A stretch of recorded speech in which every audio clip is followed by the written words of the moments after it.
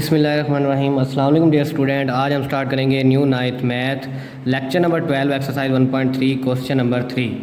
Question number 2 तक हमने last lecture में किया था। आज हम करेंगे क्वेश्चन नंबर 3 एक्सरसाइज 1.3 का। ये भी मोस्ट इंपॉर्टेंट लॉग के पॉइंट ऑफ व्यू से है।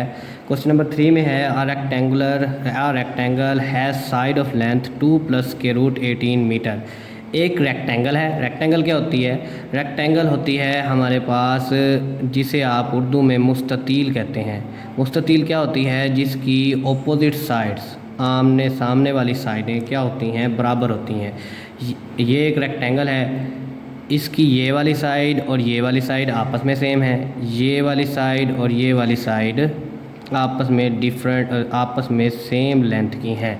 ये वाली सेम लेंथ की और ये वाली सेम लेंथ की। रेक्टेंगल क्या होती है? ऐसी फिगर जिसकी ऑपोजिट साइड सेम लेंथ की हों, उसे आपके कहते हैं रेक्टेंगल। अब रेक्टेंगल की एक और भी प्रॉपर्टी है कि रेक्टेंगल के हर कॉर्नर पर क्या होता है? 90 का एंगल। हर कॉर्नर पर 90 का एंगल होता है। इस तरह रेक्टेंगल की दूसरी जो शक्ल है वो है पैरेललोग्राम। पैरेललोग्राम में क्या होता है? 90 का एंगल नहीं होता, बाकी यही प्रॉपर्टीज होती हैं कि आमने सामने वाली जो साइडें होती हैं वो क्या होती हैं? बराबर होती हैं। एक रेक्टेंगल है, उसकी साइड है लेंथ 2 + √18 मीटर और जो दूसरी साइड है वो है 5 - 4 / √2 मीटर। अभी हमने बात की कि इसकी ऑपोजिट साइड आपस में क्या होती हैं? सेम लेंथ की होती हैं। तो यहाँ पर अगर दो डिफरेंट लेंथ दी हुई हैं तो इसका मतलब है एक हमें इसकी दी हुई है और एक हमें इसकी लेंथ दी हुई है। Find the area of rectangle. हमने क्या फाइंड आउट करना है? एरिया। इस साइड को अगर हम लेंथ कह दें और इसको अगर हम विड्थ कह दें, या जिसे आप चौड़ाई कहते हैं विड्थ कह दें, तो हमेशा रेक्टेंगल एरिया ऑफ रेक्टेंगल का फार्मूला होता है। एरिया ऑफ रेक्टेंगल बराबर होता है लेंथ मल्टीप्लाई बाय ब्रीथ।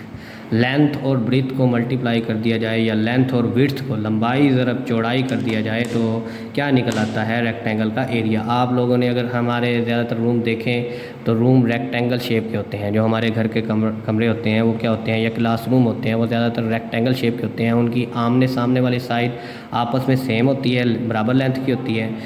और कभी आपने अपने पेरेंट्स से भी सुना हो तो जब वो बता रहे होते हैं, कोई हमारे घर में लेबर आ जाता है या कोई भी बंदा आता है तो उसे बता रहे होते हैं कि हमारे रूम 3/4 हैं, 5/6 हैं, 7/8 हैं या 12/12 हैं। तो इसका मतलब ये बता रहे होते हैं कि इसकी लंबाई और चौड़ाई। हमेशा रेक्टेंगल में क्या होता है? लंबाई ज़रब चौड़ाई, length multiply by breadth. Question number 3 करेंगे हम। उसमें हमें लेंथ दो साइडों की दी हुई है। एक है 2 + √18 मीटर और एक है 5 - 4 √2 मीटर। और हमने इसका एरिया फाइंड आउट करना है।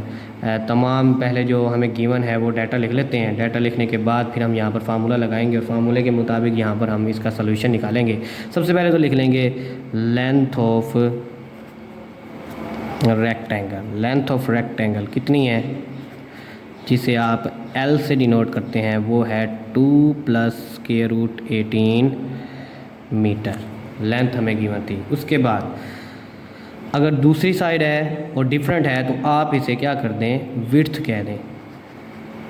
इसे भी लेंथ कह सकते हैं, लेंथ क्योंकि लंबाई होती है, लेकिन हम इसे विड्थ कह रहे हैं ताकि फार्मूला हमारा सेटिस्फाइड हो जाए कि length multiply bye width. Width of rectangle, जिसे आप W या B से डिनोट कर दें। B से मैं डिनोट कर रहा हूँ ब्रीथ के लिए, तो ये बन जाएगा 5 - 4 / √2 मीटर। फिर उसके बाद area of rectangle. Area of rectangle हमने फाइंड आउट करना है और वो होता है ए, जिसे आप कहते हैं एरिया को, वो होता है लेंथ मल्टीप्लाई बाय ब्रीथ। ये हमने फाइंड आउट करना है। क्योंकि हमने एरिया फाइंड आउट करना है तो फार्मूले में पुट कर देंगे A = लेंथ किसके बराबर है? अभी हमने निकाला ऊपर। लेंथ है 2 + √18 मीटर और ब्रीथ क्या है? 5 - 4 / √2 मीटर। मीटर और मीटर क्या बन जाएंगे? मीटर का स्क्वायर। तो A बराबर आ जाएगा 2 + √18 और 5 - 4 / √2 मीटर और मीटर का स्क्वायर। अब देखें हमारे पास और तो कोई भी मसला नहीं है, हम इन्हें मल्टीप्लाई कर सकते हैं, लेकिन एक मसला आ रहा है, वो ये मसला है कि हमारे पास नीचे सर्ड मौजूद है। हमने क्या कहा हुआ है कि अगर डिनोमिनेटर में कोई रेडिकल वाला आएगा जिसका कंप्लीट स्क्वायर नहीं होता तो वो क्या होती है, सर्ड होती है। नीचे सर्ड नहीं होनी चाहिए, अगर नीचे सर्ड हुई तो आप उसे क्या करेंगे, रैशनलाइज कर देंगे। सिर्फ़ और सिर्फ बाकी तमाम की तमाम टर्म ठीक हैं, सिर्फ़ और सिर्फ इस टर्म में मसला है, तो सिर्फ इसे कंसीडर कर लें आप। ये आप साइड पर भी कर सकते हैं, लेकिन मैं क्वेश्चन के अंदर ही कर रहा हूँ। आप कंसीडर कर लें कि हम पहले इसका आंसर निकाल लेते हैं, जो भी निकलेगा उसको यहाँ पर पुट कर देंगे और फिर सिंप्लीफिकेशन आपने सिर्फ मल्टीप्लाई करना है और हमारा रिक्वायर्ड आंसर आ जाएगा। कंसीडर कर लेंगे 4/√2 को। 4/√2 नीचे रेडिकल आ गया, रेडिकल की फॉर्म कंप्लीट स्क्वायर नहीं, तो ये क्या है, सर्ड है। तो सर्ड के लिए क्या करते हैं, सर्ड को ख़त्म करने के लिए क्या लिखते हैं, बाय रैशनलाइजिंग। तो यहाँ पर लिखेंगे बाय रैशनलाइजिंग।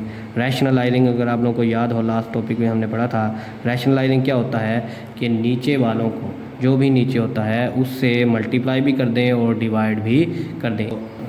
4/√2 याद हो अगर आप लोगों को, रैशनलाइज हम किस तरह करते होते थे, रैशनलाइज करने के लिए क्या करते हैं, नीचे वाले को मल्टीप्लाई भी कर दें और डिवाइड भी कर दें साइन चेंज करके, क्योंकि ये एक ही टर्म है। तो इस टर्म का अगर साइन चेंज भी करेंगे तो माइनस से माइनस क्या हो जाएगा, कट आउट हो जाएगा। तो इसको वैसे के वैसे रहने देंगे। 4/√2 को मल्टीप्लाई कर देंगे √2 और √2 से। फिर दो फ्रैक्शन जब आपस में मल्टीप्लाई हो रही हों तो ऊपर वाली ऊपर वाले के साथ और नीचे वाली नीचे वाले के साथ मल्टीप्लाई हो जाती है। 4/√2 और √2 दोनों की पावर 1/2 है, सेम पावर है, तो ये आपस में क्या हो जाएंगी, मल्टीप्लाई हो जाएंगी। 2 2 ज़ा 4, 4 का स्क्वायर रूट किसके बराबर होता है, 4 का स्क्वायर रूट बराबर होता है 2 के। सिंप्लीफिकेशन करेंगे, 2 1 ज़ा 2, 2 2 ज़ा 4, तो ये हमारे पास निकल आएगा 2√2 के। ये हमने इसकी वैल्यू निकाल ली 4/√2 की। अब पुट कर देंगे इन इक्वेशन नंबर 1 में। पुट करेंगे तो एरिया हमारे पास बराबर आ जाएगा 2 + √18 मीटर। 5 - 4/√2 था ना, तो अब क्या हो जाएगा, 4/√2 किसके बराबर निकलाया था हमारा, 2√2 के। तो इधर आ जाएगा 2√2 मीटर। मीटर और मीटर क्या बन जाएंगे, मीटर का स्क्वायर, और यहाँ आएगा 2 + √18 5 - 2√2 मीटर, और मीटर का स्क्वायर। अब क्या कर देंगे, सिंपली मल्टीप्लिकेशन कर देंगे। मल्टीप्लिकेशन किस तरह करते हैं, आपको पता है कि लाइक टर्म के साथ मल्टीप्लाई हो सकती है, अनलाइक टर्म सिर्फ मल्टीप्लिकेशन में साथ लिखी जा सकती है। अनलाइक टर्म प्लस में, माइनस में, मल्टीप्लाई में, डिवाइड में सिर्फ साथ लिखी जा सकती हैं, होती नहीं है। और लाइक टर्म आपस में मल्टीप्लाई होकर, डिवाइड होकर, माइनस होकर, प्लस होकर कोई ना कोई आंसर दे देती हैं। इसकी पावर क्या है 1, इसकी पावर क्या है 1, इसकी पावर भी 1 है, लेकिन इसकी पावर क्या है 1/2। इसी तरह इसकी पावर 1/2 है, इसकी पावर 1 है, इसकी पावर 1 है, लेकिन इसकी पावर क्या है 1/2। जब भी दो ब्रैकेट्स आपस में मल्टीप्लाई होंगी तो पहली ब्रैकेट की तमाम टर्म अगली ब्रैकेट की तमाम टर्म के साथ क्या होंगी, मल्टीप्लाई होंगी। इसी तरह 2 को मल्टीप्लाई करेंगे 5 से, फिर इसी 2 को मल्टीप्लाई कर देंगे हम 2√2 से। 2 5 ज़ा 10, ये मल्टीप्लाई होकर आंसर देंगे, क्योंकि इसकी पावर 1 है, इसकी पावर भी क्या है 1, ये लाइक टर्म थी, मल्टीप्लाई हो जाएंगी। फिर plus plus plus minus minus 2 2 ज़ा 4, यहाँ पर क्या आ जाएगा √2, क्यों, क्योंकि इसकी पावर क्या थी 1/2, तो ये लाइक टर्म है, ये वैसे के वैसे रहेगी। फिर प्लस प्लस प्लस 5, इसकी पावर 1 है और इसकी पावर क्या है 1/2, तो ये मल्टीप्लाई नहीं हो सकती, सिर्फ साथ में लिखी जा सकती हैं, तो साथ में लिख देंगे 5√18। इस तरह प्लस माइनस माइनस, फिर ये इसकी पावर क्या है 1, लेकिन इसकी पावर क्या है 1/2, तो ये मल्टीप्लाई नहीं हो सकते, सिर्फ और सिर्फ साथ में लिखे जा सकते हैं। 2 वैसे के वैसे आ जाएगा। इसकी पावर 1/2 है और इसकी पावर भी क्या है 1/2, तो मल्टीप्लाई हो जाएंगे। 18 2 ज़ा 36, और यहाँ पर क्या आ जाएगा मीटर का स्क्वायर। फिर 10 - 4√2 18, इसका कंप्लीट स्क्वायर नहीं होता, तो इसका कंप्लीट नहीं, जिसका कंप्लीट स्क्वायर नहीं होता आप उसको किसी ऐसे मल्टीपल में लिख देते हैं जिसका किसी का कंप्लीट स्क्वायर बनता हो। 18 को किसी ऐसे मल्टीपल में लिख सकते हैं जिनमें से किसी एक का क्या हो, स्क्वायर रूट बनता हो, तो इसे लिख सकते हैं 9 2 ज़ा 9 × 2, और 36 का स्क्वायर रूट किसके बराबर होता है 6 के, और यहाँ पर आ जाएगा मीटर का स्क्वायर। फिर 10 - 4√2, अब दोनों की होल की पावर है तो 9 के साथ अलग से आएगी और 2 के साथ अलग से आएगी, और 2 6 क्या होता है 12।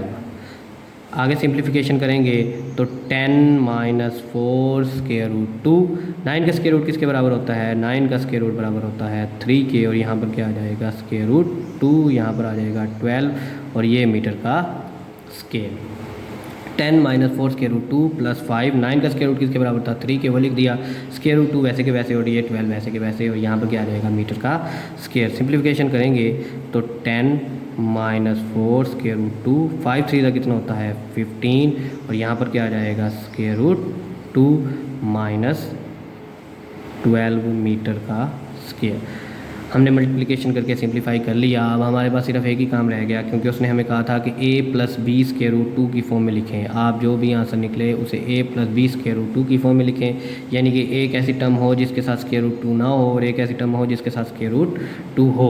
तो यहाँ देखें, ये इसका कोफिशिएंट 1 है और इसका कोफिशिएंट क्या है 1 है। ये दोनों लाइक टर्म है, जिसका सेम कोफिशिएंट हो वो भी लाइक टर्म होती है। 10 का कोफिशिएंट 1 है, 12 का भी कोफिशिएंट 1 है, तो ये दोनों लाइक टर्म है। इसका साइन माइनस है और इसका साइन क्या है प्लस। अपोजिट साइन हो तो क्या होता है माइनस होता है। अपोजिट साइन हो तो क्या होता है माइनस। 12 में से 10 गए, कितने बचेंगे 2, और बड़ी कीमत इन दोनों में बड़ी कीमत क्या होती है 12, 12 के साथ क्या है माइनस, तो माइनस वाला साइन आ जाएगा।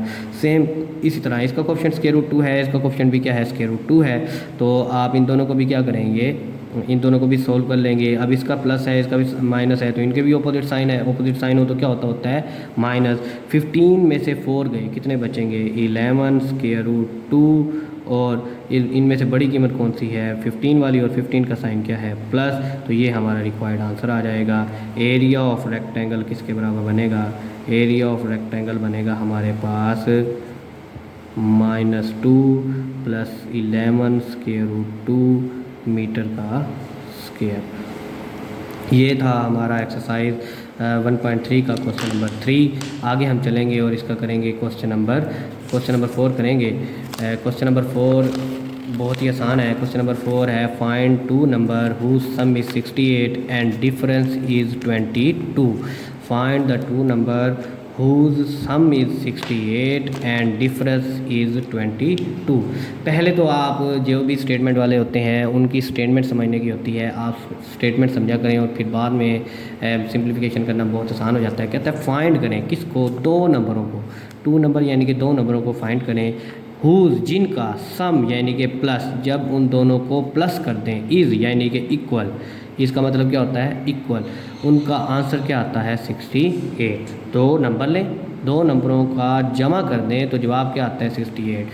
2 नंबर 2 नंबरों को प्लस कर दें तो आंसर क्या आता है 68। एंड और डिफरेंस मैथ में क्या होती है माइनस, और डिफरेंस करें तो कितना आए 22, इज़ यानी कि इक्वल 22। देखिए 2 नंबर लेने हैं तो आप लेट कर लेंगे क्या, फर्स्ट नंबर किसके बराबर, फर्स्ट नंबर x के बराबर एंड सेकंड नंबर y के बराबर। फर्स्ट नंबर हमने किसके लेट कर लिया x के बराबर, सेकंड नंबर किसके बराबर लेट कर लिया y के बराबर। अब बाय गिवन कंडीशन, जो हमें ऊपर कंडीशन दी हुई है उस कंडीशन के मुताबिक उसने क्या कहा था कि अगर इन 2 नंबरों का जमा ले लिया जाए तो जवाब क्या आता है 68। अगर पहला और दूसरे नंबर का क्या ले लिया जाए, सम ले लिया जाए तो इज इक्वल हो जाता है किसके 68 के। इसे इक्वेशन नंबर 1 का नाम दे दें।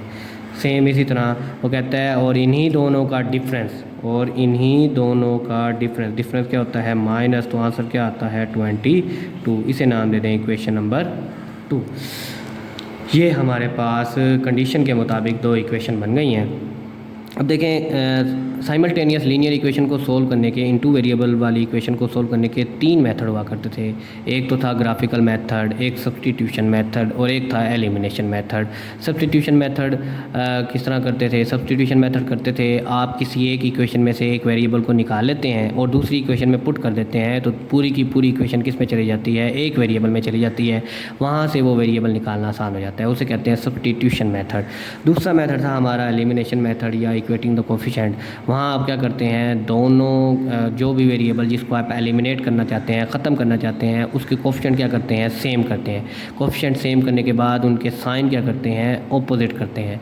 कोफिशेंट सेम करेंगे और उनके साइन क्या करेंगे, ऑपोजिट करेंगे। और फिर जब आप उसे सिंप्लीफाई प्लस के साथ करेंगे तो जिनके साइन ऑपोजिट होंगे वो आपस में कट जाएंगे और फिर सिंगल वेरिएबल में वो इक्वेशन आ जाएगी और फिर उससे सोल्व कर लेंगे।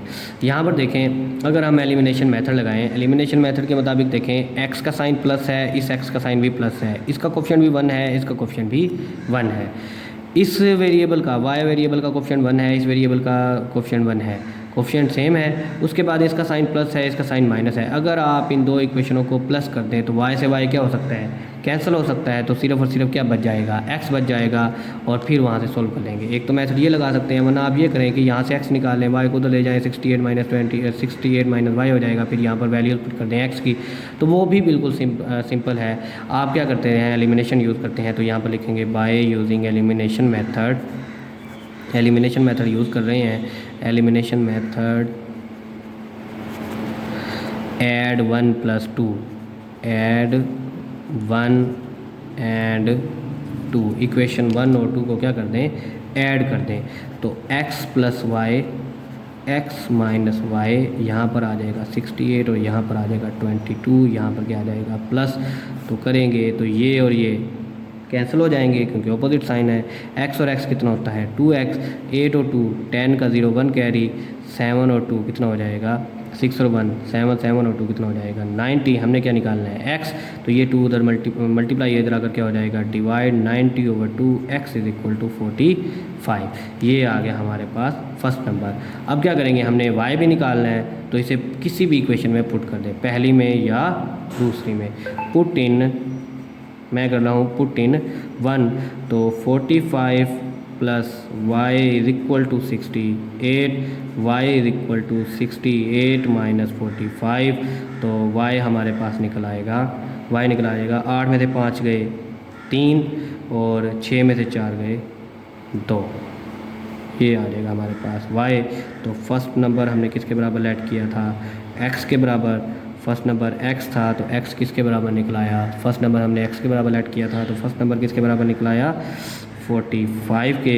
और सेकंड नंबर हमने किसके ऐड किया था, सेकंड नंबर हमने ऐड किया हुआ था y के बराबर, तो वो निकलाया 23 के। देखें इन्हीं दोनों का सम करें तो क्या आता है, 68 आता है, 45 और 23, और इन्हीं दोनों को माइनस कर दें तो जवाब आता है 22। तो ये हमारा क्वेश्चन नंबर 4 था, एक्सरसाइज 1.3 का क्वेश्चन नंबर 4। आई होप तो कि आप लोगों को समझ आया होगा। इसी लेक्चर का हम एक आखिरी क्वेश्चन करेंगे, वो है क्वेश्चन नंबर 5। वो भी बहुत आसान है, सिंपल है, कोई भी मुश्किल नहीं है, सिर्फ वैल्यूज पुट करनी है और सिंप्लीफाई करना है। क्वेश्चन नंबर 5 में क्या कहता है, पहले तो स्टेटमेंट समझेंगे। स्टेटमेंट में कहता है द वेदर इन लाहौर, लाहौर का मौसम वाज अनयूजुअली यानी कि गैर मामूली तौर पर वार्म, गर्म हो गया। ड्यूरिंग द समर, गर्मियों में, ऑफ 2024, 2024 की गर्मियों में गैर मामूली तौर पर लाहौर का जो मौसम था वो क्या हो गया, गर्म हो गया। द टीवी न्यूज़ रिपोर्टेड, जो टीवी न्यूज़ वाले थे उन्होंने रिपोर्ट किया कि टेम्परेचर जो है वो हाई हो गया है, कितना, 48 डिग्री सेल्सियस, 48 डिग्री सेल्सियस तक चला गया है। बाय यूजिंग द फार्मूला, और फार्मूला उन्होंने कौन सा यूज़ किया, F = 9/5 डिग्री C + 32। आप बताएं find the temperature as Fahrenheit scale. आपने इसी फार्मूले को यूज़ करते हुए फ़ारेनहाइट में चेंज करना है ये वाला टेम्परेचर जो सेल्सियस में दिया हुआ है। तो आप लिखेंगे टेम्परेचर इन सेल्सियस, जिसे C डिग्री कह रहे हैं, वो कितना है, 48। फिर हमें किस में चेंज करना है, फॉर चेंज इन फ़ारेनहाइट क्या करेंगे, वी यूज़ फार्मूला। हम क्या यूज़ करेंगे, फार्मूला। फार्मूला हमें गिवन है, फार्मूला ना भी गिवन हो तो आप लोगों ने याद रखना है। फार्मूला क्या है, F = 9/5 degree Celsius + 32। Values put कर दें, पुट डिग्री सेल्सियस वैल्यूज़। तो F = 9/5 degree Celsius, degree Celsius किसके बराबर है, 48 के, 48 के + 32। 2 के। क्या करेंगे, 9 और 48 आपस में मल्टीप्लाई हो रहे हैं, हमने सामने वाले क्या हो जाते हैं मल्टीप्लाई, तो 9 को 48 के साथ मल्टीप्लाई कर देंगे। 9 को 48 के साथ मल्टीप्लाई करें, हम यहाँ पर मल्टीप्लिकेशन कर लेते हैं। 48 9 ज़ा 9 8 ज़ा 70 9 8 ज़ा 72 का 2 7 कैरी 9 4 ज़ा 36 36 और 7 36 और 7 कितना होता है 43 432 f is equal to 432 over 5 plus 32 f is equal to, जिसके नीचे कुछ नहीं होता उसके नीचे क्या होता है 1, उसका डिनोमिनेटर क्या होता है 1। 5 और 1 का एलसीएम क्या आएगा 5, यहाँ पर आ जाएगा 432। क्यों, क्योंकि 5 के टेबल में 5 किस पर आता है 1 पर, तो 432 1 था 432। 1 के टेबल में 5 कब आता है 5 पर, तो 32 5 ज़ा मल्टीप्लाई कर दें, 32 5 ज़ा 5 2 ज़ा 10 का 0 1 कैरी 5 3 ज़ा 15 और 1 60 160। इसे सोल्व करेंगे तो आ जाएगा 2 0 2 6 और 3 9 4 और 1 5 और नीचे क्या आ जाएगा 5। f is equal to 592/5। इसे हम क्या कर लेंगे अब सोल्व कर लेंगे। सोल्व करने के लिए क्या करें, सिंप्लीफिकेशन आप डिवाइड कर दें 592 को, क्या कर देंगे डिवाइड कर देंगे 592 को डिवाइड कर देंगे 5 के साथ, तो ये आएगा हमारे पास 118.4 डिग्री सेल्सियस। ये हमारा रिक्वायर्ड आंसर हो जाएगा। अगर हमारे पास 48 डिग्री सेल्सियस टेम्परेचर हो तो आप उसको फ़ारेनहाइट में चेंज करेंगे तो आएगा 118.4 डिग्री। ये था हमारा क्वेश्चन नंबर 5 और यही था हमारा क्वेश्चन लेक्चर नंबर 12 एक्सरसाइज 1.3 का। हमने क्वेश्चन नंबर 3 4 और 5 किया लेक्चर नंबर 12 में। आई होप सो कि आप लोगों को बहुत अच्छे तरीके से समझ आया होगा। प्रैक्टिस करते रहा करें, जो भी क्वेश्चन हो उसकी 1 या 2 दफ़ा खुद से ज़रूर प्रैक्टिस किया करें, क्योंकि मैथ विदाउट प्रैक्टिस नहीं आती। इंशाल्लाह मिलेंगे अगले लेक्चर में क्वेश्चन नंबर 6 के साथ। तब तक के लिए अल्लाह हाफिज़।